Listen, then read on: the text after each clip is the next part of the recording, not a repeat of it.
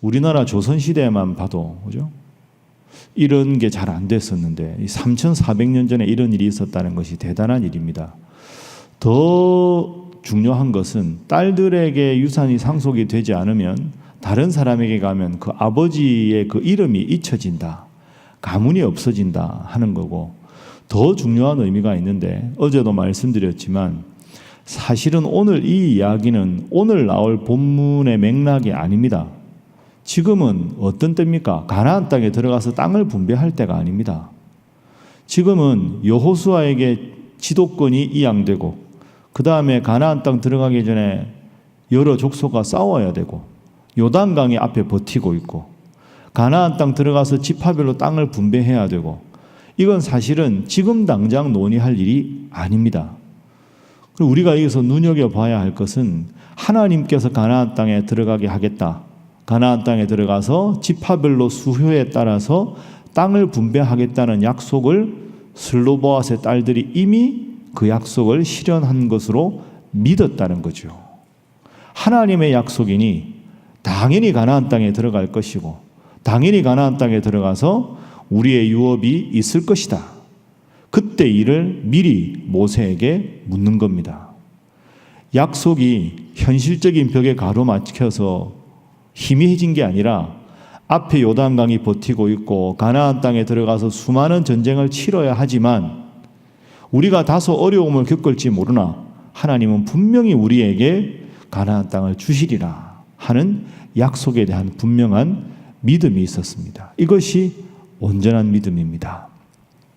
이 눈에 아무 증거 아니 뵈고 이 귀에 아무 소리 아니 들려도 오늘 이 슬로보앗의 딸들처럼 하나님께서 여러분에게 기도 중에 그리고 말씀 중에 주신 약속, 그것이 무엇인가 이 새벽에 다시 한번 새기고 그 약속 이루어 주시기를 분명히 믿고 기도함으로 하나님의 응답받는 귀한 신앙생활 되기를 주님 이름으로 축복합니다. 자, 두 번째 기도 제목은 모세의 마음을 본받게 하소서 하는 기도가 필요합니다. 모세의 마음을 본받게 하소서. 자, 12절 말씀부터 모세가 하나님 앞에 가나안 땅 들어가기 전에 부름을 받고 여호수아가 임명되는 장면이 등장합니다. 자, 하나님께서 모세에게 말씀하셨습니다. 우리 13절, 14절, 자, 13절, 14절 읽어봅니다. 시작. 본 후에는 내 형 아론이 돌아간 것 같이 너도 조상에게로 돌아가리니 이는 신광야에서 회중이 분쟁할 때에 너희가 내 명령을 거역하고 그 물가에서 내 거룩함을 그들의 목전에 나타내지 아니하였음이니라. 이 물은 신광야 가데스의 무리바 물이니라. 아멘. 12절부터 보면 하나님께서 아바림 산에 올라가라고 하시고 그 하나님께서 주실 땅을 바라보면서 너는 형처럼 아론처럼 거기에 들어가지 못하고 내가 너의 생명을 거두겠다, 이렇게 말씀을 하셨습니다. 모세 입장에서는 섭섭할 수도 있고 아쉬울 수도 있고 당황스러울 수도 있을 겁니다. 너는 가나안 땅을 보지 못하리라. 모세가 실수한 건 인정하더라도 그래도 하나님, 저도 가나안 땅에 가보고 싶습니다, 이런 마음이 왜 없었겠습니까? 근데 하나님께서 이렇게 말씀하셨을 때 모세의 반응을 한번 보십시오. 16절 17절입니다.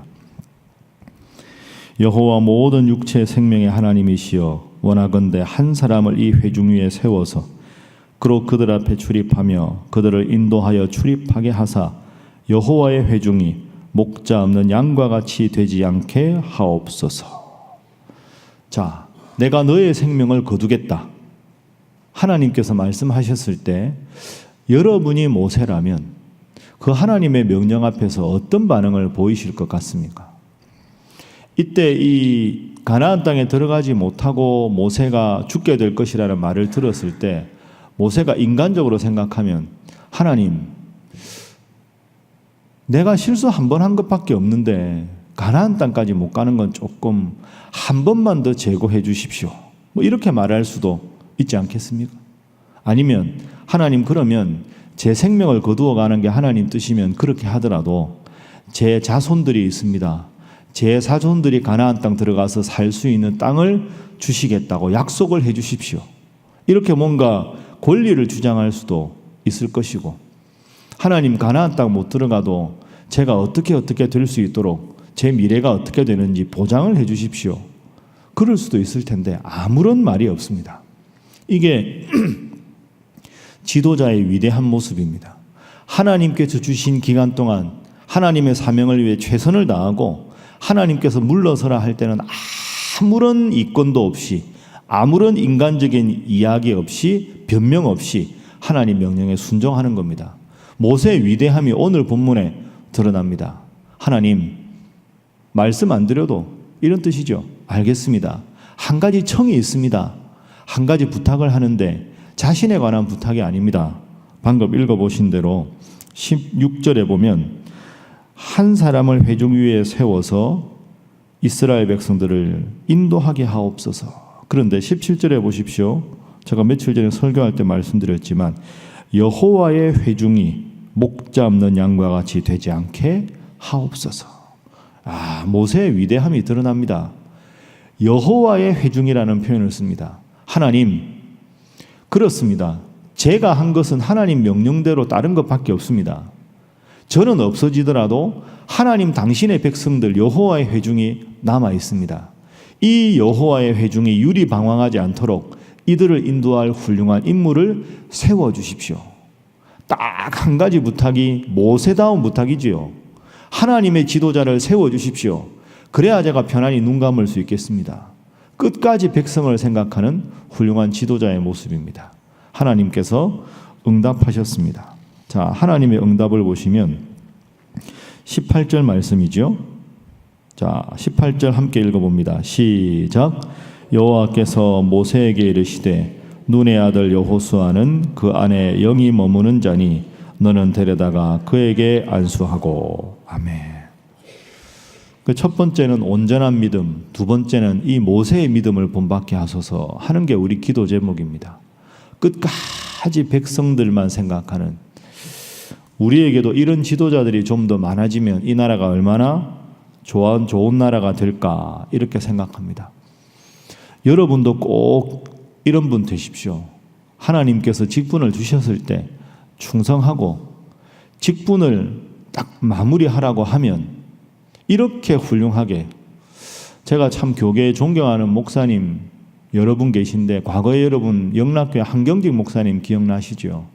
그런 분이나 이런 분들은 본인이 참 잘하신 것도 있지만 후임 목사님들을 성도들 앞에 세워주는 일을 참 탁월하게 잘하셨습니다. 저보다 더 훌륭한 분입니다.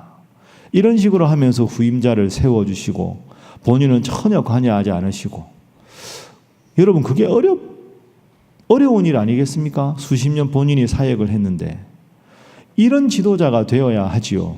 하나님께서 사명을 주셨을 때가 지도자지, 사명을 거두어 가시면 후임자에게 모든 걸 맡기고 하나님 앞에 뒤에서 기도할 나름입니다. 모세와 같은 이런 직분자, 여러분 교회에서 직분 맡으실 때 회장도 하시고 구역장도 하시고 다 하실 텐데요.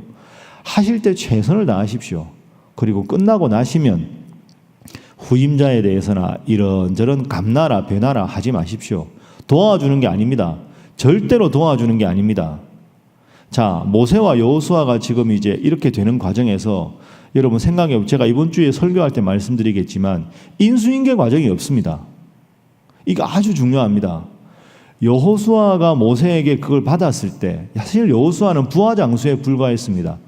부하 중에 한 명이 지도자가 되었다면 위치가 달라지죠. 40년간 모세가 인도했습니다. 인수인계 과정이 얼마나 많이 필요하겠습니까? 아무런 인수인계가 없습니다. 왜 그럴까요? 하나님만 믿고 나가라. 나를 믿지 말고 내 경험과 내 지식을 생각하지 말고 하나님께서 너를 선택하셨으니 하나님 뜻대로 살아가라. 이게 모세의 태도 아닙니까?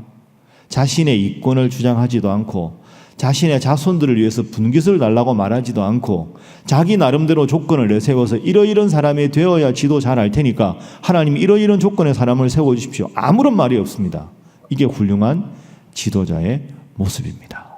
여러분들도 하나님이 주신 사명 잘 감당하고 여러분의 후임 구역장이, 여러분의 후임 남녀 선교의 임원이 부족하면 부족한 대로 뒤에서 열심히 기도하고 그분을 세워주시고, 다른 회원들이 혹시 요동하더라도 이럴 때일수록 하나님 앞에 기도합시다 하고 기도의 모범을 보이는 귀한 분 되시기를 주님 이름으로 부탁합니다. 자, 세 번째 모습은 우리가 방금 읽은 대로 직분자의 기준입니다. 하나님 앞에 올바른 직분자가 어떤 자가 되어야 하느냐. 자, 18절 말씀에 하나님께서 모세에게 이렇게 말씀하셨습니다. 눈의 아들 여호수아는 그 안에 영이 머무는 자니 너는 데려다가 그에게 안수하고 그를 제사장 엘르아살과 온 회중 앞에 세우고 그들의 목전에서 그에게 위탁하여 내 존귀를 그에게 돌려 이스라엘 자손의 온 회중을 그에게 복종하게 하라. 하나님께서 여호수아를 선택하셨습니다. 조건이 뭡니까? 18절 말씀 딱 하나지요. 그 안에 영이 머무는 자다. 우리 식으로 표현하면 성령이 충만한 자. 그 어떤 상황에서도 하나님의 영의 인도하심에 따라, 성령의 말씀하심에 따라 하나님 명령에만 순종하는 자, 이게 하나님께서 보신 유일한 한 가지 자격 조건이 성령에 충만한 사람. 여러분, 이게 왜 필요하겠습니까? 거듭 말씀드리지만 모세의 훌륭한 리더십을 본받는 게 필요한데 그의 경험과 그의 지식이 아무리 출중해도 사람의 능력을 받으면 또 실수하지 않겠습니까? 또 시행착오를 겪지 않겠습니까? 하나님 딱 한 가지, 나만 의지해라. 그러면 앞에 여리고성이 있어도 요단강이 있어도 가나안 7족속이 버티고 있어도 위험 가운데 나만 바라보고 나만 의지해라. 여호수아가 그것 하나만 하면 내가 여호수아를 책임지고 이스라엘 백성들이 가나안 땅에 들어가서 분배해서 잘 살도록 내가 모든 것을 인도해 주겠다. 이 얼마나 위대한 조건입니까? 여러분도 여호수아처럼 하나님 앞에서 성령의 충만한 자다 칭찬받을 수 있는 모든 분 되시기를 주님 이름으로 축복합니다. 이것이 우리의 평생의 기도 제목이 되어야 합니다. 지금 우리 말씀하신 대로 내일부터 이제 또 아동부연합 여름 성경학교 있습니다. 여러분 어떻게 기도하십니까? 하나님, 성령의 충만한 아이들 되게 해 주십시오.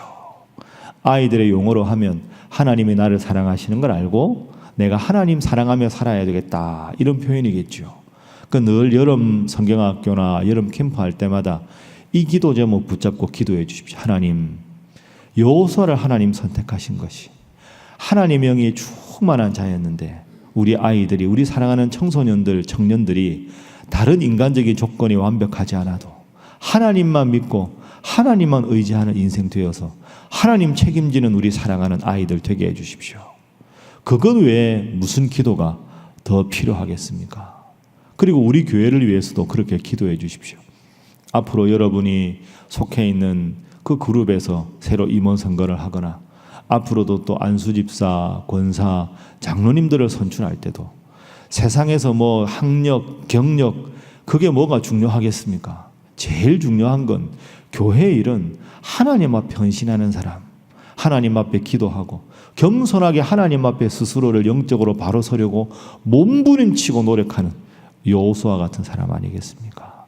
우리 교회가 그런 자들로 충만한 교회가 되게 하시고, 그래서 하나님 앞에 인정받는 우리 사랑하는 여름 캠프에 있는 아이들, 그리고 우리 성도들 되게 해달라고, 그리고 여러분의 자녀들이 또 그런 여호수아 같은 인물 되게 해달라고 간절하게 기도하시는 이 새벽 되기를 주님 이름으로 부탁합니다. 자, 함께 기도하겠습니다.